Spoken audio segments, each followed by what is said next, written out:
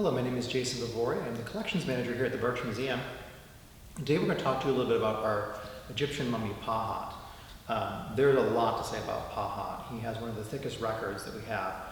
He has been through multiple CAT scans. He's had 3 sets of CAT scans. He's been x-rayed. He's been looked at by multiple Egyptologists. And so we know a lot about him and where he came from.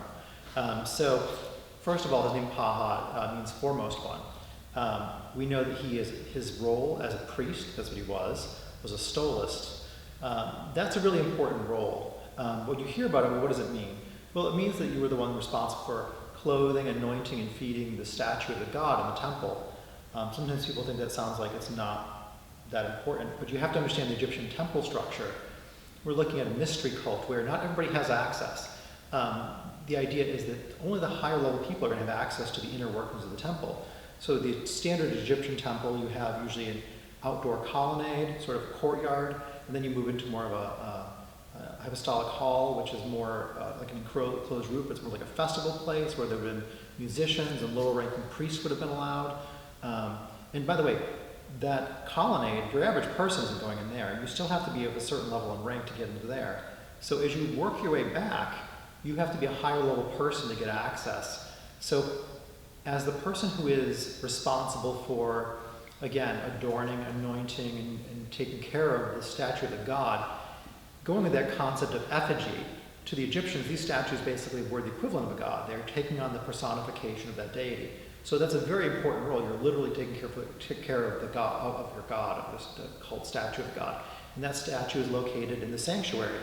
Very few people are getting in there besides for the stolist and the high priest. So he had a very high-ranking position.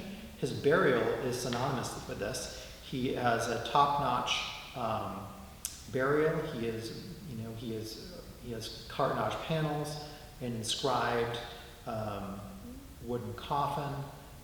This is a very high-end burial for his time period. And he comes from what we refer to as the Hellenistic period. So it's a period of Egypt that was ruled by Greeks. Basically, it's the Ptolemies. Ptolemy was a general of Alexander the Great. So we're talking about that Ptolemaic period, that Hellenistic period. So that's kind of the basics on that section. Now, he comes from a town called Ipu, but that was the ancient name for it, or modern-day Achaemenid. He was acquired, and he was basically sold at auction with a lot of 500 mummies from Egypt in the 1890s by the Egyptian government. He came to Ward Science Center in New York and eventually made his way to the Berkshire Museum through our founder, Zenas Crane. So a little bit more about Ipu.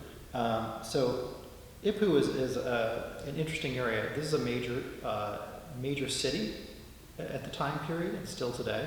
It is, like I said, a cult center for a deity, in this case the god Min, who's a god of agriculture, and the god that Pahat served.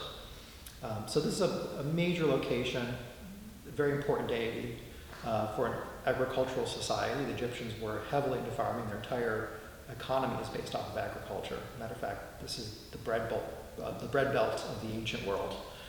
This is a very important place. Egypt is so important in that time period. So those are some of the basics on Pahat. We can tell you a lot more.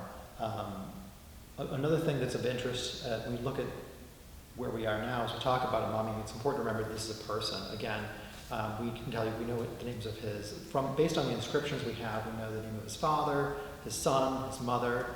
There was an exhibition here back in, I think, 2010, where we actually had his son here with him.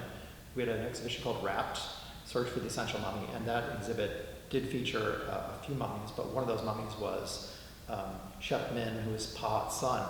And he came from Vassar College and spent some time here with us. So when we're looking at a mummy, what we're looking at is the khat of the mummy. That is the body of the mummy, that's the word. So that's really interesting because the Egyptians had a belief that there were 9 parts of existence. So you are made up of 9 parts. And I won't get into all of them, but some of them you probably have heard of. The ba and the ka. The idea of you can relate to your id and your ego, if you will. It's kind of the roles they fill. But then there was also higher levels. There was your Akh, which is your higher level spirit, your divine self. And there's a number of them. Even your shadow has a position. Your name is part of your very being. And so all these things are incredibly important, and they all make up who you are. So it's a very complex religious system and belief system. So that's kind of a little bit of that sort of background. And we can go on for a long time about Pahat and where he came from and all these aspects, but it's probably about all we have time for today.